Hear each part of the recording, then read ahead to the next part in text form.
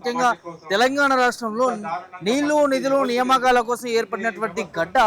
ఆ గడ్డలో ఇంతమంది మరి ఉద్యోగులు ధర్నాలు చేస్తా ఉన్నా, నిరసనలు తెలుపుతా ఉన్నా కూడా న్యాయం జరగట్లేదు అనేది పెద్ద ఎత్తున వినిపిస్తా ఉన్నది. సో ఆ నేపథ్యంలోనే మరి అందరూ కూడా నిరసన తెలియజేస్తున్నటువంటి పరిస్థితి కూడా కనిపిస్తుంది. మరికొంతమంది ఉన్నారు, మాట్లాడించేటటువంటి ప్రయత్నం కూడా మనం చేద్దాం. అన్న, మీ పేరు ఎక్కడి నుంచి? నమస్తే అండి, నా పేరు డాక్టర్ గణేష్. నేను ఆర్బీఎస్కే మెడికల్ ఆఫీసర్ని, వరంగల్ జిల్లా నుండి వచ్చాను. మేము ఈరోజు ఇందిరా పార్క్లో మేజర్గా ఎన్హెచ్ఎం జేఏసీ తరఫున రెగ్యులరైజ్ చేయడం అనేది మెయిన్ ఫండా. నెక్స్ట్ సమాన పనికి సమాన వేతనం. మాకున్న అన్ని రకాల ప్రాబ్లమ్స్, ఇందులో ఒక 73 క్యాడర్స్ ఉంటాయి మా దాంట్లో. వాళ్ళందరికీ సంబంధించిన మీరు ఎవరిని కదిలించినా కూడా వాళ్ళ ప్రాబ్లమ్స్ మీకు చెప్తూనే ఉన్నారు. సో అందరం ఒకసారి ఒక తాటి మీదకి వచ్చి ఇట్లా గవర్నమెంట్కి మా గలం వినిపించాలని చెప్పేసి ఇక్కడ రావడం జరిగింది. మేజర్ థింగ్స్ ఏంటంటే, గత 20 సంవత్సరాల నుండి కూడా చాలామంది సీనియర్స్ ఇట్లానే వర్క్ చేస్తూనే ఉన్నారు. కానీ ఇన్ఫ్లేషన్ పెరిగినంత ఈజీగా, ఇప్పుడు మీకు తెలుసు కదా, రీసెంట్గా వార్ అయినా అంతకుముందు ఉన్న కోవిడ్ అయినా, ఇన్ఫ్లేషన్ పెరిగిన అప్పటి నుంచి కూడా శాలరీస్ పెరగలేదు. కంటిన్యూస్గా అదే లెవెల్ ఉన్నాయి. జాబ్ సెక్యూరిటీ లేదు, హెల్త్ ఇన్సూరెన్స్ లేదు, రిటైర్మెంట్ బెనిఫిట్స్ లేవు. ఇప్పుడు మిడ్ లెవెల్ హెల్త్ ప్రొవైడర్స్ అని చెప్పి రూరల్ ఏరియాస్లో ఉన్న హెల్త్ ఏదైతే ఉందో వాళ్ళ చేతులలోనే ఉంటుంది. వాళ్ళకి మీరు కరెక్ట్గా పే చేస్తేనే వాళ్ళు అంత దూరం వెళ్ళి ట్రావెల్ చేసైనా పనులు చేయగలుగుతారు. బట్ మీరు అట్లీస్ట్ ఇంక్రిమెంట్స్ పక్కన పెడితే శాలరీస్ కూడా టైంకి ఇవ్వట్లేదు. కొన్నిసార్లు 3 monthsకి ఒకసారి, కొన్నిసార్లు ఆఫ్టర్ 20th అట్లా పడుతున్నాయి. ఇప్పుడు ఇన్స్టాల్మెంట్స్ ఉన్న వాళ్ళు, కమిట్మెంట్స్ ఉన్న వాళ్ళకి చాలా ఇబ్బంది అవుతుంది. అది మేజర్ కన్సర్న్. నెక్స్ట్ కన్సర్న్ వచ్చేసి ఎక్స్ట్రా వర్క్. ఇప్పుడు ఆన్లైన్ వర్క్స్ ఏఎన్ఎంస్ ఎవరైతే ఉన్నారో వాళ్ళకి క్వాలిఫికేషన్ లేదు. They are just concern with health department. ఇప్పుడు వాళ్ళకి పాపం ఎక్స్ట్రా వర్క్స్, ఆన్లైన్ ఎంట్రీస్ చేయండి అది ఇది అని చెప్పి చేసే బదులు సెపరేట్, ఇప్పుడు చాలా మంది యూత్ బయట కూడా అన్ఎంప్లాయిడ్ ఉన్నారు, వాళ్ళని రిక్రూట్ చేసుకొని వాళ్ళతో వర్క్ చేయించవచ్చు. మీరు ప్రెషర్ ఎంత తక్కువ ఉంటే మనకు అవుట్పుట్ అంత బాగుంటుంది. పబ్లిక్ హెల్త్ అంతా లో ప్రెషర్ ఉంటేనే మీకు అందరికి అవుట్పుట్ బాగుంటుంది. అందరం హెల్తీగా ఉండాలంటే మీకు డాక్టర్స్తో పాటు ఎవ్రీ హెల్త్ కేర్ వర్కర్ ఇక్కడ చాలా ఇంపార్టెంట్. సో అది గవర్నమెంట్ రికగ్నైజ్ చేసి వీలైనంత తొందరగా రెగ్యులరైజ్ చేయాలని కోరుకుంటున్నాం. రెగ్యులరైజ్ ఎందుకు చేయాలంటే, ఆల్రెడీ బడ్జెట్ మనకి సర్ప్లస్ వస్తుంది సెంట్రల్ గవర్నమెంట్ నుండి, స్టేట్ కూడా దాన్ని తగ్గట్టుగా యాడ్ చేస్తుంది. బట్ ఇప్పుడు మహారాష్ట్ర తర్వాత పంజాబ్ ఏరియాస్లో రెగ్యులరైజ్ అయిపోయింది. అందుకే మమ్మల్ని కూడా రెగ్యులరైజ్ చేసి సేమ్ సార్ట్ ఆఫ్ వర్క్ ఇస్తే ఇంకా బాగా అవుట్పుట్ ఇవ్వగలుగుతాం, ఇంకా బాగా సర్వ్ చేయగలుగుతాం. సో దట్ మన తెలంగాణ నీతి ఆయోగ్లో లాస్ట్ టైం 3rd పొజిషన్లో ఉంది ఎన్హెచ్ఎం దాంట్లో. We can move to first. మనల్ని కూడా ఒక మోడల్లో తీసుకోగలుగుతారు. సో ఇదంతా జరగాలంటే ఎవరైతే కోర్ వర్కర్స్ ఉన్నారో వాళ్ళకి మీరు ఎక్కువ వాల్యూ ఇవ్వాలి వాళ్ళు చేసే పనికి. సో ఎప్పటికప్పుడు బేసిక్ పే ఫస్ట్ ప్రైమరీగా ఇంప్లిమెంట్ చేసి ఎవ్రీ మంత్ ఫస్ట్కి శాలరీ పడేలాగా చేసి, ఈ సెపరేట్ గ్రీన్ ఛానల్స్ మాకు సెపరేట్గా శాలరీస్ అటు ఇటు అయినా సరే గ్రీన్ ఛానల్ పెట్టి దాని నుండి ఎప్పటికప్పుడు క్రెడిట్ చేసుకుంటూ ఏవైతే ఎక్స్ట్రా వర్క్స్ మేము చేస్తున్నామో దానికి తగ్గట్టుగా హవర్లీ పే కాకపోయినా సరే కొంచెం నామినల్ పే అట్లీస్ట్ ఇంక్రీజ్ చేసుకుంటూ రెగ్యులరైజ్ చేయాలని చెప్పేసి కోరుతున్నాం. రూరల్గా వారి సమస్యల గురించి మాట్లాడుతున్నటువంటి నేపథ్యం కనిపిస్తుంది. మరికొంతమంది ఉద్యోగులు ఉన్నారు, మాట్లాడించేటటువంటి ప్రయత్నం కూడా చేద్దాం.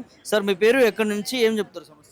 నేను డాక్టర్ రామకృష్ణ అండి, మంచిర్యాలలో ఆర్బీఎస్కి డిపార్ట్మెంట్లో నేను మెడికల్ ఆఫీసర్గా గత 10 సంవత్సరాల నుంచి పనిచేస్తున్నాను.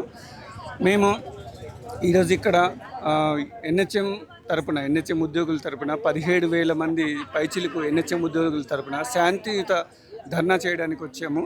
గవర్నమెంట్కి విన్నవించుకోవడానికి వచ్చాము. గత 20 సంవత్సరాలుగా మేము మా వైద్య సేవల్ని తెలంగాణ రాష్ట్రంలో అందిస్తున్నాము. ఇందులో 85 క్యాడర్లలో మేము రకరకాల జాబుల్లో విస్తరించి ఉన్నాము. 85 క్యాడర్లో 17,000 పైచిలకు వైద్య సిబ్బంది మేము పనిచేస్తున్నాము. ఇందులో కూడా సూపర్ స్పెషాలిటీ డాక్టరు, సర్జన్ నుంచి స్వీపర్ వరకు రకరకాల విధులు వీళ్ళు నిర్వర్తిస్తూ ఉన్నారు. ఇన్ని సంవత్సరాలుగా, అంటే గత 20 సంవత్సరాలుగా వీళ్ళు సాయశక్తుల వాళ్ళు వైద్య సేవల్లో, తెలంగాణ ప్రజల వైద్య సేవల్లో ఉన్నా కానీ వీళ్ళకు ఉద్యోగ భద్రత లేదు, జీతాలు సమయానికి రావట్లేదు. మరి ఇలాంటప్పుడు వీళ్ళు ఎంత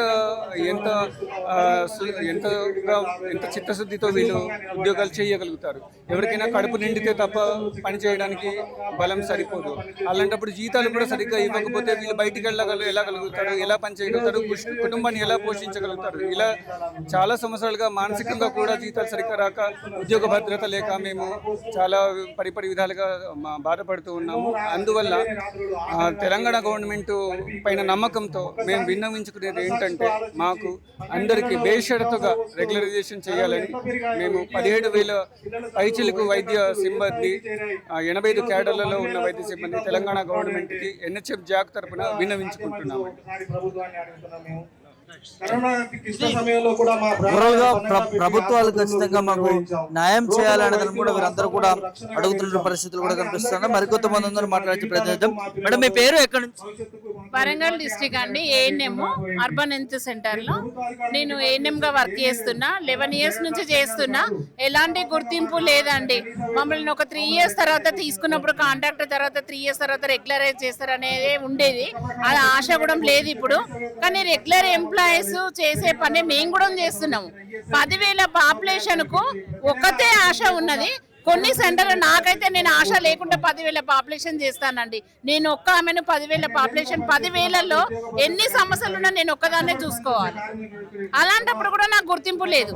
మరి రెగ్యులర్ ఏఎన్ఎం చేసే పని అదే, నేను చేసేది అదే పని. రెగ్యులర్ ఏఎన్ఎంకు 5 ఆశాలు ఉంటారు ఆమెకు సపోర్టింగ్ కోసం. నేను ఒక్కదాన్ని ఇలాంటి పని, నాకంటే 4 గంటల జీతం ఆమెకి ఎక్కువ. కానీ నాకెందుకు ఇంత అన్యాయం జరుగుతుంది? నేను చేసేది ఒకటే వర్క్, ఆమె చేసేది ఒకటే వర్క్, క్యాడర్ కూడా ఒకటే. కానీ మమ్మల్ని ఎందుకు గవర్నమెంట్ గుర్తించట్లేదు? ఇంకెన్నడూ గుర్తిస్తుంది? మేము వెట్టి చాకరీ ఎన్నడూ బంద్ అవుతుంది? మాకు కష్టానికి తగ్గ ఫలితము, సమాన పనికి సమాన వేతనం ఎప్పుడైతుంది? వాళ్ళకు డ్రెస్ అలవెన్స్, వ్యాక్సిన్ అలవెన్స్ ప్రతి ఒక్కటి ఉందండి. మాకే వేతనము లేదు, ఏ ఖర్చు లేదు. కనీసం మొబైల్ డాటాలో మేము ఆన్లైన్ చేయడానికి 1 సెకండ్లో అప్లోడ్ చేయమంటారు. మాకు ఎలాంటి డాటా డబ్బులు ఏమి రాదు, ఎలాంటి అమౌంట్ కూడా మాకు ఇవ్వట్లేదు. వెట్టి చాకరీ చేయించుకుంటున్నారండి. కాబట్టి గవర్నమెంట్ మమ్మల్ని గుర్తించి మమ్మల్ని రెగ్యులరైజ్ చేయాలి అని మేము కోరుకుంటున్నామండి. ప్రతి ఒక్కరిని కూడా అడిగినా కూడా ప్రతి ఒక్కరు చెప్పే మాట రెగ్యులరైజ్ చేయాలి, ప్రభుత్వాలు మమ్మల్ని గుర్తించాలి, పని భారాన్ని తగ్గించాలి, ఆన్లైన్ లో ఉన్నటువంటి దాన్ని పని భారాన్ని కూడా తగ్గించే విధంగా చర్యలు తీసుకోవాలనే దాన్ని కూడా NHM ఉద్యోగులు ధర్నా చౌక్ లో భారీ ఎత్తున ఆందోళన చేస్తున్నారు. శాంతియుతంగా చేస్తున్నారని చెప్పుకోవచ్చు.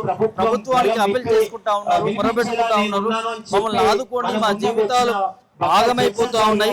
18 సంవత్సరాలుగా, దాదాపు 18 సంవత్సరాలుగా కూడా ఇదే పరిస్థితి కనిపిస్తా ఉంది ఈ సంస్థకు సంబంధించి, NHM సంబంధించి కూడా. సో గత ప్రభుత్వాలు న్యాయం చేయలేదు, ఈ ప్రభుత్వాలు కూడా న్యాయం చేయట్లేదు. NHM ఉద్యోగులను గుర్తించట్లేదు. ఖచ్చితంగా గుర్తించి న్యాయం చేయాలని కూడా ఇక్కడ ఉన్నటువంటి ఉద్యోగులందరూ కూడా ప్రభుత్వానికి అప్పీల్ చేసుకుంటున్నటువంటి నేపథ్యం కనిపిస్తా ఉన్నది. విడుదల సామర్థ్య ప్రభాకర్, మీడియా, ధర్నా చౌక్.